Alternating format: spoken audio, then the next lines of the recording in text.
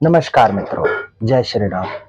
मैं अमित कुमार तिवारी स्वागत करता हूं आप सभी लोगों का आपके अपने इस प्रिय ज्योतिषीय चैनल ज्योतिषीय गणना पर। मित्रों, जैसा कि हमने पिछले अध्याय में ये जाना कि किस प्रकार से एक व्यक्ति के लग्न का निर्धारण होता है। मित्रों, आज इसी प्रकार से हम अपनी बेसिक जो हमारे ज्योतिषीय ज्ञान है उसको कंटिन्यू रखते हुए आज हम जानेंगे एक जन्म पत्रिका के जो 12 भाव होते हैं वो किस प्रकार से अपने आप में क्या कुछ आपके जीवन की व्यवस्था का निर्धारण किए हुए बैठे रहते हैं। मित्रों, जब एक व्यक्ति का पृथ्वी पर जन्म होता है और पृथ्वी का रोटेशन करते हुए उसके पूर्व दिशा में जो भी राशि का उदय हो रहा होता है उस राशि को ही व्यक्ति के जीवन का लग्न माना जाता है। मित्रों, जब उस लग्न का निर्धारण होने के बाद हम एक जन्म पत्रिका का निर्माण करते हैं जो कि व्यक्ति की जीवन की शारीरिक संरचना, उसकी भौतिक व्यवस्था, उसकी वैवाहिक व्यवस्था, उसके संबंधों, उसके धन, उसके कुटुंब की व्यवस्था का निर्धारण करते हैं। इन्हीं सब चीजों को पढ़ने के लिए एक परमात्मा की दी हुई एक ज्ञान, एक अनुभूति जिसे हम ज्योतिष के माध्यम से जानते हैं। मित्रों, जब आप किसी भी सॉफ्टवेयर के माध्यम से अपनी एक जन्म कुंडली बना लेते हैं तो उसके बाद जो है उसमें कुछ इस प्रकार से 12 खाने आपको दिखाई देते हैं। ये 12 खाने ही किस प्रकार से अपनी व्यवस्था को बताते हैं उसको समझने का प्रयास हम इस वीडियो के माध्यम से करते हैं। तो मित्रों, जिस प्रकार से मान लीजिए किसी भी व्यक्ति का जन्म हुआ तो उसके बाद जो है उसके लग्न में जो कि फर्स्ट हाउस है, यहां से हम गिनते हैं तो 1 2 3 4 5 6 7 8 9 10 11 12 12 भाव हो गए। इसी में अगर मान लीजिए किसी व्यक्ति का जन्म हुआ है और वो मिथुन लग्न का है, यानी कि उस वक्त जब वो उसका जन्म हुआ, पैदा हुआ, इस पृथ्वी पर आया, उस वक्त पृथ्वी के पूर्व दिशा में 3 नंबर यानी कि मिथुन राशि का उदय हो रहा था, तो उस वक्त वही राशि जो है इसके लग्न में आएगी, उसका लग्न बना लेंगे। 3 नंबर यहाँ पर आ जाएगा और उसके बाद फिर 4 5 6 7 8 9 10 11 12 1 2। तो इस प्रकार से जो है एक जन्म पत्रिका तुरंत हमारे सामने तैयार हो गई। अब मित्रों, यहाँ पर केवल मैंने मिथुन बना दिया, मिथुन राशि से इसकी शुरुआत हुई, इसका ये अर्थ नहीं है कि यहाँ पर कोई और लग्न नहीं आएगा। अगर मान लीजिए कन्या राशि का उदय हो रहा है तो ये 6 नंबर से शुरू होगा, 6 7 8 9 10 11 12 1 2 3 4 5 6 6 वापिस घूम करके यहाँ पर लग्न में आ जाएगा। तो ये जो घूमने के बाद जो पूरी व्यवस्था हुई, ये जो 12 घर में घूमा ये राशि, तो 12 घर क्या है? इन्हीं 12 घरों के अंदर जो है आपके ग्रह अपनी अपनी व्यवस्था के अनुसार कहीं ना कहीं किसी ना किसी घर के अंदर बैठे होंगे, चाहे अच्छे भाव के अंदर चाहे बुरे भाव के अंदर। यहाँ पर चूंकि हम आगे आने वाली वीडियोस में समझेंगे कि एक भाव होता है त्रिक भाव 6 8 12 का, जिन्हें अच्छा भाव जन्म पत्रिका में नहीं माना जाता। वहां पर भी ग्रह बैठ कर किस प्रकार से अपने अच्छे या बुरे प्रभाव को आपके जीवन पर देते हैं, निर्धारण करते हैं आपके कर्मों के हिसाब से, वो भी हम यहाँ से देखने का प्रयास करते हैं। तो मित्रों, जो आपका ये पहला भाव होता है जहां पर लग्न उदय हो रहा है, ये आपका होता है भाव मस्तिष्क का, आपके दिमागी संरचना का, आपकी बुद्धि का। आपका मस्तिष्क किस प्रकार से इस जीवन में कार्य करेगा, उसकी संरचना कितनी मजबूत है, आप सही समय पर एक्शन ले पाएंगे कि नहीं ले पाएंगे, ये सब कुछ जो है आपका मस्तिष्क पहला भाव आपके जीवन का निर्धारण करता है। दूसरा भाव जो होता है ये आपके धन का, आपके कुटुंब का होता है। आपके रिश्तेदार कैसे हैं, जिस वक्त आपने जन्म लिया इस घर के अंदर उस वक्त आपके धन की क्या व्यवस्था थी, वो आपका दूसरा भाव बताता है। ठीक इसी के बगल में तीसरा भाव होता है। तीसरा भाव आपकी भाई बहन, आपका मेहनत, आपकी शौर्यता, आपका पराक्रम, आप जीवन में कितने ज्यादा तटस्थ रहेंगे, आप कितना ज्यादा अपने श्रम को लेकर के पराक्रम दिखाएंगे, वो सब आपके जन्म पत्रिका का तीसरा भाव दिखाता है। चौथा भाव आपकी माता का होता है, जो आपके मन का होता है, आपके वाहन का होता है, गृहस्थ सुख का होता है। चौथा भाव ये होता है। पांचवा भाव जो होता है ये आपके संतान का होता है, आपके पूर्व जन्म के कर्मों का होता है, आपके पूर्वजों का होता है, आपके पितरों का होता है। जो कहते हैं ना पितृ दोष लगे होते हैं, उन सब चीजों का निर्धारण यही पांचवें भाव से करते हैं। छठा भाव जो होता है ये ऋग, ऋण, रोग, शत्रु बाधा, ये छठा भाव आपको बताता है। सातवां भाव आपकी पत्नी का होता है, आपके पार्टनरशिप का होता है, आपके जीवन साथी का होता है, जो कि सातवां भाव है। आठवां भाव जो है आपकी आकस्मिकताओं का होता है, यानी कि अचानक से होने वाले लाभ, अचानक से होने वाली हानि, मृत्यु, दुख, शारीरिक कष्ट, ज्योतिष, अकल्ट साइंस, तंत्र मंत्र, ये सब कुछ ये आपका आठवां भाव होता है। नौवां भाव जो होता है ये आपके भाग्य का निर्धारण करता है। आप कितना ज्यादा, आपको अपने पराक्रम करने के बाद, मेहनत करने के बाद आपको कितने ज्यादा जीवन में उन्नति प्राप्त होती है, ये भाव आपका नौवां भाव बताता है। ठीक इसी के बाद जो 10वां भाव जो होता है ये कर्म का भाव होता है।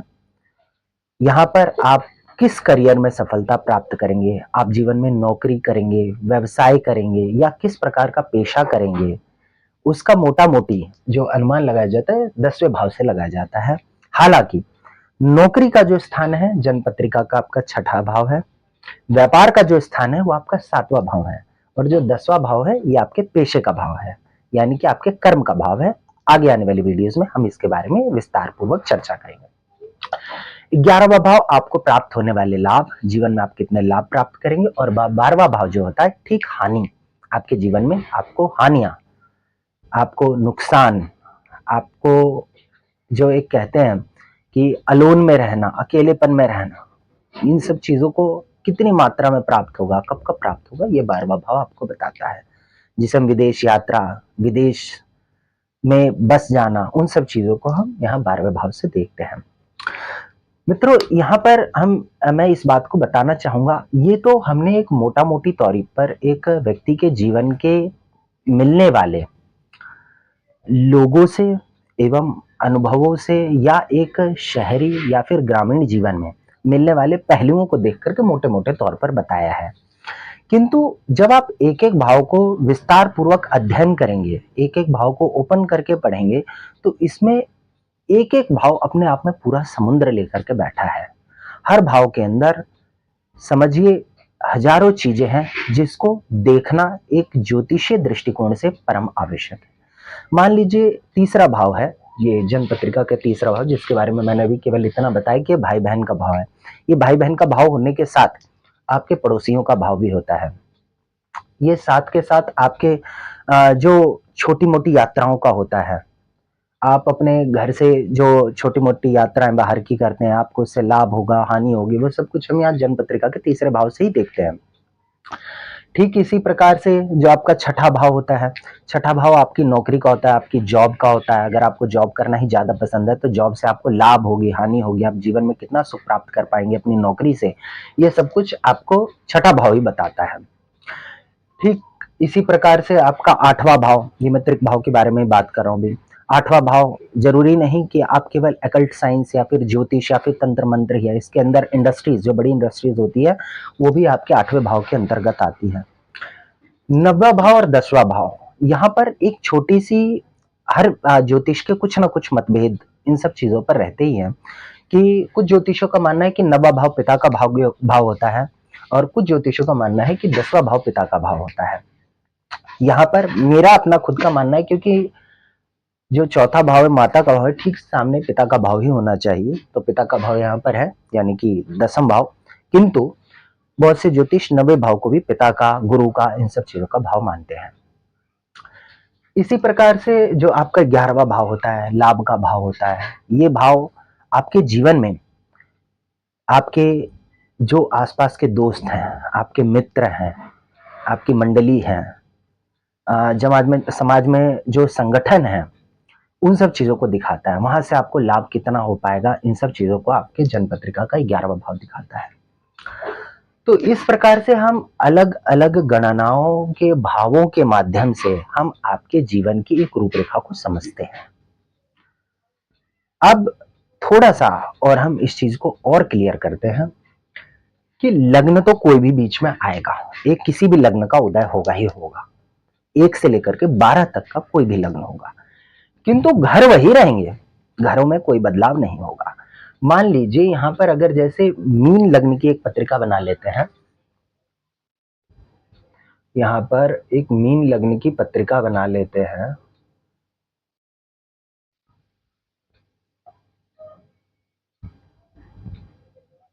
मीन लग्न यानी कि 12 नंबर राशि। तो 12 नंबर राशि यहां पर आ गई, ठीक है। तो 12 के बाद 1 2 3 4 5 6 7 8 9 10 11 और ये 12, ये मीन लग्न की पत्रिका बन गई।